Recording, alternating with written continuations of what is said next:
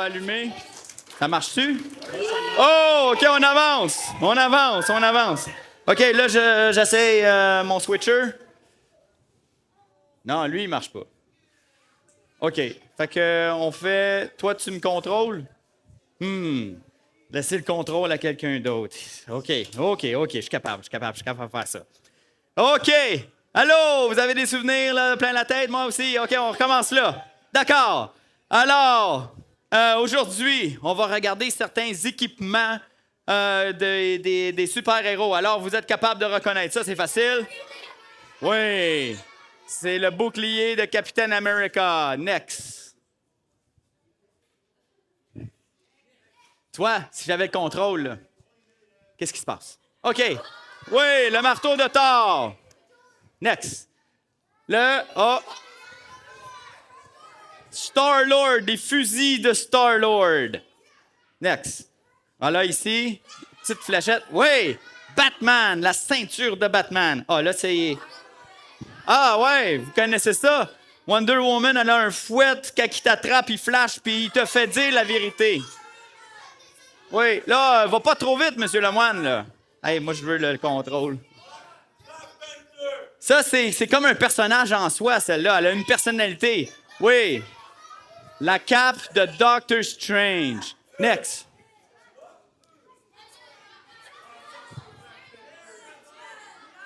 Oui. C'est le casque. C'est le casque de Daredevil. Daredevil, lui, il est aveugle. Et tu vois, là, son casque, là, il bouche les yeux. Il n'a pas besoin de voir parce que lui, là, il voit tout avec les ultrasons, comme les chauves-souris. OK. Ah, là, j'essaie de rendre ça difficile. Oui, dans le fond, c'est le Silver Surfer qui se promène dans l'univers pour Galactus. Vous vous souvenez, celui qui mange les planètes? Le Silver Surfer trouve les planètes pour lui puis il dit « Ah, cette planète-là est pas pire à manger. » Là, je pense dans le film des Fantastic Four qui s'en vient. Le Silver Surfer, il arrive et il dit « Hey, la Terre, ça, c'est une bonne planète pour toi, Galactus, à manger. » Puis là, après ça, les Fantastic Four font « Wait a minute. Qu'est-ce qui se passe avec le monde quand tu manges la planète? » Le Silver Surfer fait « Ben, je sais pas. Moi, je le sais, je pense. » Fait que là, il y a une grosse guerre. OK, prochaine. Ça, c'est quoi, ça? Ouais, c'est les bottes de Flash. Moi, quand j'ai trouvé cette image-là, je me suis dit, courir en bottes de pluie, c'est-tu vraiment ça qu'il fait? Et puis là, je suis allé voir, puis oui, il court en bottes de pluie. Mais moi, regarde, je préférerais ça. Ça, là, me semble que ça court mieux. Me semble que si moi, j'avais ça, je courrais aussi vite que le Flash. Alors, on switch. Alors, le chrétien sur Team Jesus doit s'armer aussi. Si hier, tu as pris la décision de suivre Jésus, Jésus ne te laisse pas seul. Jésus, il veut t'armer. Il va t'équiper pour être capable de résister aux vilains.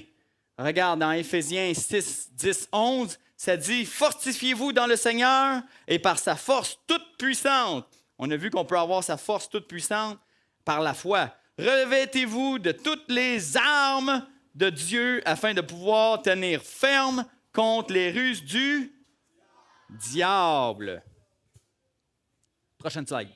Alors, les armes que je vais vous parler ne sont pas pour les non-croyants. Les non-croyants, là, ils n'ont pas accès à ça. Ils n'en ont pas besoin. Sais-tu pourquoi?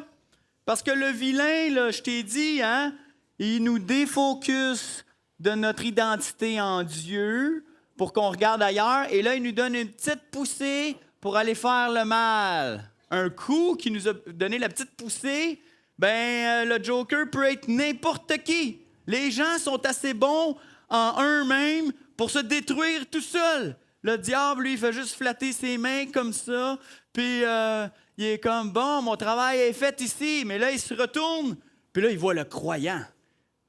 Le croyant est une menace. Prochaine slide.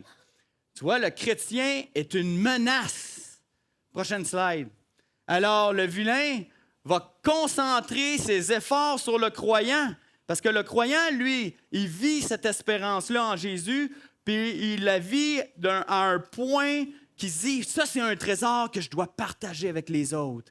parce que j'ai l'amour de Dieu, j'ai l'amour des autres. Puis là, je vois les autres qui se détruisent parce qu'ils ont été poussés par le diable au mal. Alors moi, qui a la vérité, je veux aller chercher mes amis, je veux aller chercher ma famille, je veux leur faire découvrir ce que moi j'ai découvert. Puis ça, le vilain, il est comme, non, non, non, non, non, non, ça c'est dangereux pour mon projet, alors je vais m'attaquer aux chrétiens, puis je vais les empêcher de faire ça.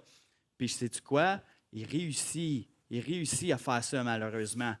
Prochaine slide. Il va vouloir nous distraire de la vérité. Tu peux tout mettre le texte, puis oui. Il va vouloir nous distraire de la vérité. Lui, là, il ne veut pas que tu pries. Il veut que tu trouves la Bible plate. Il ne veut pas que tu penses à Dieu d'une façon profonde. Non, lui, là, il te bombarde de iPad, de films, de livres inventés. Tout ça, c'est pas mauvais, mais il y en a tellement, tellement, tellement, tellement qu'il ne veut pas que tu t'intéresses à la vérité. Il veut t'occuper avec du piano, des activités, avec des fois même le mal, carrément. Prochaine slide. Il veut qu'on perde notre temps. Il veut que le temps file, puis qu'à la fin de la journée, toutes nos activités, là, on est comme, oh, on est fatigué, là. Puis là, pour ça, tu te mets à penser plus au passé. Tu es comme dans la nostalgie, puis les regrets, puis tu te dis, ah là, pourquoi je suis fatigué comme ça? Il me semble qu'avant, c'était mieux. Puis je regrette d'avoir fait ces choix-là. Puis j'aurais pas dû. Puis là, après ça, être anxieux avec le futur, puis les plans. Qu'est-ce qui va arriver demain? Puis là, on est toujours dans notre tête ailleurs que dans le présent, où c'est là qu'on peut vivre la grâce de Dieu. S'arrêter, puis reconnaître que Dieu prend soin de nous ici. Puis là, moi, je suis ici, dans le présent, je suis sur un stage, puis vous êtes dans la salle, puis ensemble, là, il faut qu'on soit attentif. Juste pour le temps ici, il faut qu'on soit ici, là, maintenant. C'est important parce que c'est dans le présent qu'on vit la vie. OK, prochaine slide. Il veut pervertir notre amour. Il veut que l'amour, ce soit juste un sentiment, une émotion. Là. Parce que, toi, je t'aime, tu me ressembles un peu, toi, t'es beau, puis là, j'ai des émotions. Mais là, quand que ton ami il est dans le trouble, il y a du drame, puis tout, là où il a besoin d'aide, là, t'es comme, ben là, j'ai pas le temps, il faut que j'aille faire d'autres choses. Ou, là, je suis fatigué, là, j'ai ma propre vie à gérer, moi, là, gère-toi toi-même, là. Puis ça, notre amour, là, il est plus centré sur nous que sur les autres. Le diable, il veut faire ça avec notre sentiment d'amour. Prochaine slide. Il veut même instrumentaliser l'Église. Qu'est-ce que je veux dire, là? Il veut, là, même le chrétien actif, il veut lui remplir là, d'activités, là, de réunions de prière, puis de réunions d'affaires, puis de jeunesse, ou de camp, puis tout ça. Puis tout ça, c'est toutes des bonnes choses, mais il veut là, qu'on soit là, fatigué à travailler sur l'Église, puis il veut rendre les chrétiens là, comme fiers de ce qu'ils font, fiers de leur talent. Puis il veut que les chrétiens oublient de remettre toute la gloire à Dieu, de se rappeler que les talents qu'on a reçus puis qu'on peut donner à l'Église, c'est Dieu qui nous a donné ces talents-là. Le diable, il veut voler la gloire de Dieu dans l'Église. Moi, je me rappelle que mon père me disait souvent que le diable, le samedi soir, il n'allait pas faire le party puis faire la déchéance puis le trouble jusqu'à tard dans la nuit, le samedi soir. Comme je t'ai dit, les gens, toutes seuls sont capables de faire ça. Non, le diable, lui, il ferme sa télévision à 6 heures. Il repart son plus beau vêtement. Il prépare sa cravate, il met ça sur son lit, puis il va se coucher très tôt. Parce que le lendemain, le dimanche matin, il veut se réveiller, il veut mettre son beau suit, il veut prendre sa Bible en dessous de son bras, aller dans l'église, puis semer la querelle, semer des petits feux, là, des petits feux ici, des petits problèmes là, des petits problèmes là. Puis là, les feux, là, ils grossissent. Puis là, les chrétiens s'entre-chicanent. Puis là, les feux deviennent gros. Puis lui, il fait « ha, ha, ha, ha ». Là, ils vont s'occuper d'essayer de réparer leur église au lieu d'aller réparer le monde. Pendant ce temps-là, le monde se perd. Puis là, ils se flattent les mains comme ça. Alors, le diable, il veut que l'Église devienne un problème. Prochaine slide. Alors, il veut isoler le croyant. Montre-nous l'image. Vois-tu? Pense à un feu où est-ce que toutes les braises ils sont ensemble. As-tu déjà remarqué que même le lendemain matin, là, même si tout est blanc, c'est encore chaud. Le feu, il donne encore, il y a encore de l'énergie là-dedans. Parce que les braises, ils sont ensemble. Mais prends une braise, puis mets-la à côté. Puis maintenant, tu feras l'expérience. Peut-être même ce soir, on pourra faire l'expérience. Puis là, tu t'assois sur une chaise, puis tu regardes le feu. Il n'y a plus de flamme, mais il est encore très chaud. Chaud au point que je suis proche comme ça, puis je suis comme, ouh, ça peut fondre ma main. Mais la braise à côté qui est toute seule, qu'est-ce qui va se passer? Elle va s'éteindre parce qu'elle n'a pas les autres braises pour la garder en flamme. Alors, c'est important que les chrétiens soient ensemble pour rester enflammés pour Dieu. Alors, prochaine slide. C'est qu'Éphésiens, il dit « Debout! » Prochaine slide. Il dit « On va mettre la ceinture de la vérité. » Tu peux tout mettre le texte à chaque fois. Alors, la vérité, c'est comme une ceinture, c'est la base d'être prêt au combat. Puis là, quand je lisais ça, j'étais pas. Il ne faut pas penser à nos soldats canadiens. Il faut penser aux soldats dans ce temps-là. Dans le temps que ça a été écrit, c'était des soldats romains qui avaient des tuniques. Puis les tuniques, ils sont amples. Tu sais, pense là à The hills are alive at the sound of the music. Tu sais, la madame, là, quand elle fait ça, là, sa robe, elle s'en va de même. Là. Hein? Ben là, ça, là, dans un combat, moi, là, je prends la robe, je mets ça par-dessus sa face, puis là, je le punch, pouf, pouf, parce qu'il ne voit plus rien. Alors, sans une ceinture, on est aveuglé. C'est l'explication. Je n'ai pas lu beaucoup là-dessus. Là. J'ai juste pensé à ça. Là, puis parce que c'est la logique que je pense que la vérité, elle doit tenir toute notre affaire pour ne pas être aveuglé. Alors, prochaine slide. La cuirasse de la justice. La cuirasse, ça protège nos organes vitaux, comme le cœur. Puis avoir un cœur selon Dieu, c'est agir selon sa justice.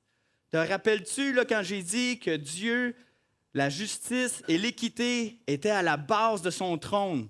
C'est-à-dire que Dieu, il regarde toutes les circonstances, et puis là, à la vue de la vérité, il prend une décision, puis il agit selon cette décision-là. Nous, on n'est pas Dieu. On n'est pas capable de tout voir et de tout savoir. Mais on devrait prendre le temps d'essayer de l'imiter. Faire ça, là, regarder toutes les circonstances puis agir selon ce que Dieu, selon la vérité de Dieu, ça, c'est quelqu'un qui recherche la justice de Dieu. Prochaine slide. Les chaussures du zèle pour annoncer la paix. Moi, je suis nu-pied en ce moment. Nu-pied, là, c'est correct sur le stage, mais je ne vais pas tellement plus loin que le stage. C'est nu-pied, on ne va pas très loin. Avec des souliers, je peux courir combien? 889,5 km? Ça, c'est du zèle, ça. Ça, c'est du zèle. Elle avait envie de faire ça. Puis Dieu, il nous dit, tu devrais avoir envie de mettre tes souliers puis faire le nombre de kilomètres qu'il faut pour aller chercher ton ami puis lui dire la bonne nouvelle que toi, tu connais, d'avoir l'espérance d'une vie éternelle, une vie sans le vilain. Alors, les chaussures, c'est d'avoir envie. Comme moi, quand je suis venu ici au camp, là, j'ai mis mes chaussures puis j'avais envie d'être sur le stage ici parce qu'il y a quelque chose en moi qui est trop beau pour le garder pour moi-même. Je veux vous le partager. Puis je veux que vous soyez réunis à votre Créateur parce que je sais que c'est la meilleure chose au monde. Prochaine slide. Le bouclier de la foi. Alors, lui, là, il te protège de toutes les choses extérieures qui s'en viennent. La Bible appelle ça des flèches enflammées. Des flèches enflammées comme des niaiseries que tes amis disent « Ah, ah, tu crois en Jésus? » Là, tu as le bouclier de la foi. Ping! Ça ne te dérange pas. Ou bien donc, quelque chose d'autre comme un accident d'auto. Puis là, la moitié de ma famille est à l'hôpital. Puis là, je suis comme un peu « Wow, ça, je ne l'avais pas vu venir. Une flèche enflammée. » Si je ne suis pas prêt avec mon bouclier puis que ça m'atteint, là, ça, je vais me dire, oh boy, hey, il est où Dieu dans cette situation-là? Pourquoi c'est arrivé à moi? Puis là, je vais douter sur la bonté de Dieu, je vais douter sur plein d'affaires. Mais si j'ai la foi que tout concourt au bien de celui qui fait confiance à Dieu, ça va faire pink, Je ne sais pas pourquoi que c'est arrivé, mais je sais que Dieu prend soin de moi dans n'importe quelle circonstance. Le bouclier de la foi. Croire en Dieu, ça va me protéger contre m'abattre, puis me rabattre sur moi-même. Prochaine slide. Le casque du salut. Un casque, ça protège quoi? Oui, ça protège la tête. Qu'est-ce qui se passe dans ma tête? Dans ma tête, là, il y a des pensées. Il y a des mauvaises pensées. Puis, quand tu as vu, là, ma boule, si tu te rappelles, qui descendent, là, les idées deviennent des pensées, deviennent des désirs. Bien, mes pensées, là, des fois, là, j'ai des idées de fou. Puis là, ces idées de fou-là, si je porte le casque du salut, ils peuvent s'arrêter là parce que je me rappelle que Jésus m'a sauvé. Le salut, ça veut dire qu'il m'a sauvé de la destruction. Puis s'il a fait ça, c'est parce que je suis supposé de faire quelque chose beaucoup, beaucoup mieux que ce que mes pensées de fou me proposent. Prochaine slide. Puis l'épée. L'épée, c'est la parole, c'est connaître les versets. Connaître les versets, là, c'est une bonne chose. Des fois, là, tu les connais juste machinalement, mais là, quand le tentateur il vient, oups, là, tout d'un coup, ils te reviennent au bon moment.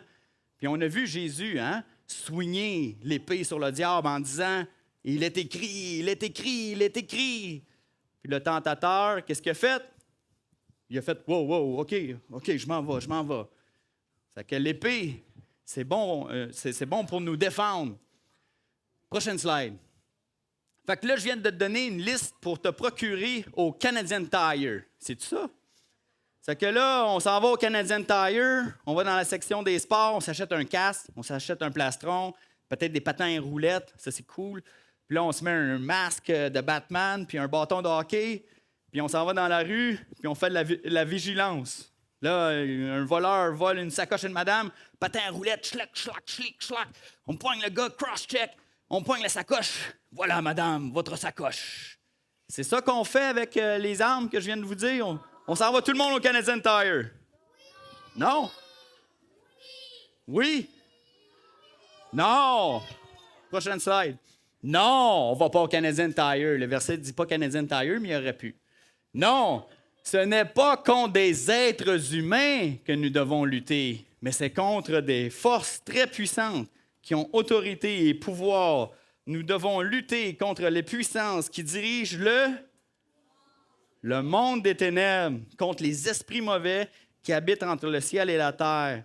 Je pense que cette semaine, tu as bien compris l'aspect spirituel. Je pense que tu es assez grand pour comprendre de quoi qu'on parle quand on parle du monde spirituel et pas du monde physique. Prochaine slide. Alors, c'est pourquoi prenez combien? Toutes les armes de Dieu. Ainsi, dans les mauvais jours, vous pourrez, résister. Et après avoir bien lutté, vous resterez, tu vas rester debout par tes propres forces? Non, par les forces de Jésus et avec l'équipement qu'il t'a donné. C'est-tu merveilleux, ça? Alors, prochaine slide. Qu'est-ce que ça fait? Non, wow. Attention, M. Lemoine. Quand je pointe, tu me donnes la prochaine slide, OK? Alors, qu'est-ce que ça fait un soldat bien équipé spirituellement à côté d'un autre soldat, à côté d'un troisième et d'un quatrième? Prochaine slide. Et puis ici, on s'aligne là, comme ça, un après l'autre, un soldat à côté d'un autre soldat. Qu'est-ce que ça fait? Ça fait une armée prête au combat, une armée diversifiée de plein de monde avec plein de talents assemblés pour combattre le vilain. Et tu sais comment que Dieu appelle son armée? Il l'appelle l'Église. Puis quand que je te parlais là, tantôt de se tenir ensemble entre chrétiens puis de rester brûlant pour Dieu, c'est de rassembler, de joindre son Église, de joindre sa communauté de personnes qui ont cette espérance vivante. Et puis si toi, tu n'as pas joint encore l'armée de Jésus, Tu es toujours invité à joindre l'armée de Jésus pour combattre le bon combat, pour combattre dans la bonne équipe. S'il te plaît, ne combats pas pour rien dans la tristesse, puis ça ne va rien te donner, tu vas te fatiguer. Si on est pour se battre, bats-toi pour la justice, l'amour, l'espérance de Dieu. Alors, c'est ça que j'avais, moi, cette semaine pour toi. Et puis, je te laisse avec la prochaine slide. Et moi, j'ai beaucoup aimé ça, être avec vous cette semaine. Merci beaucoup, vous avez été généreux. Je vous aime beaucoup. Et j'espère qu'on se voit l'année prochaine. On écoute ça, écoutez ça.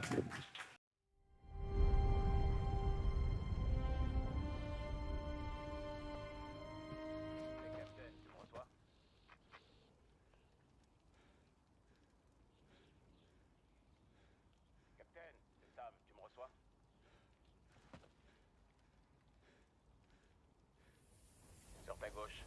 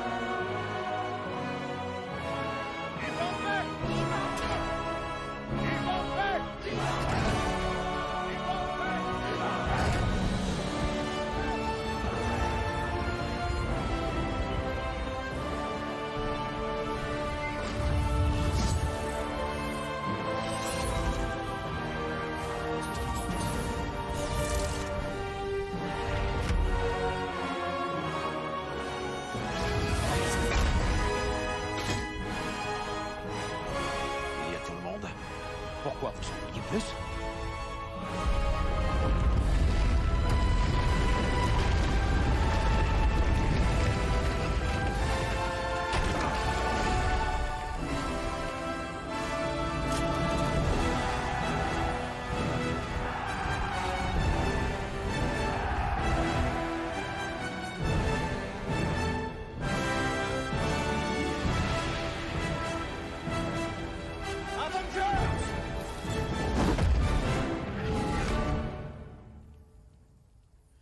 Rassemblement.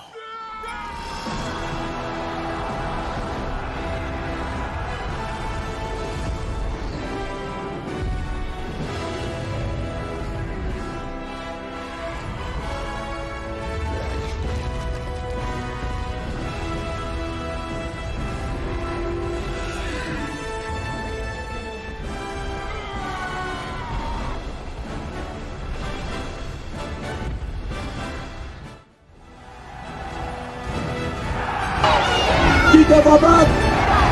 Avec quoi on va battre? Avec les hommes chrétiens. Avec quoi on va battre? Les hommes chrétiens. OK, on va être prêts? On est-tu prêts tout le monde? OK, rendez-vous là-haut! Rassemblement!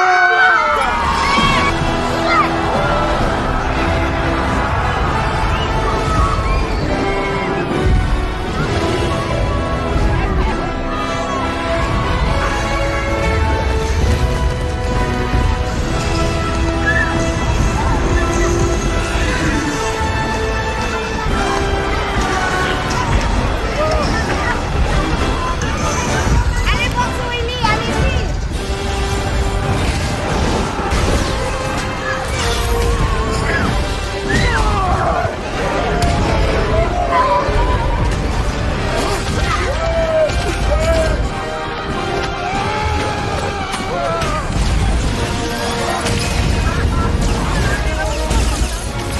Il est où le village des peurs?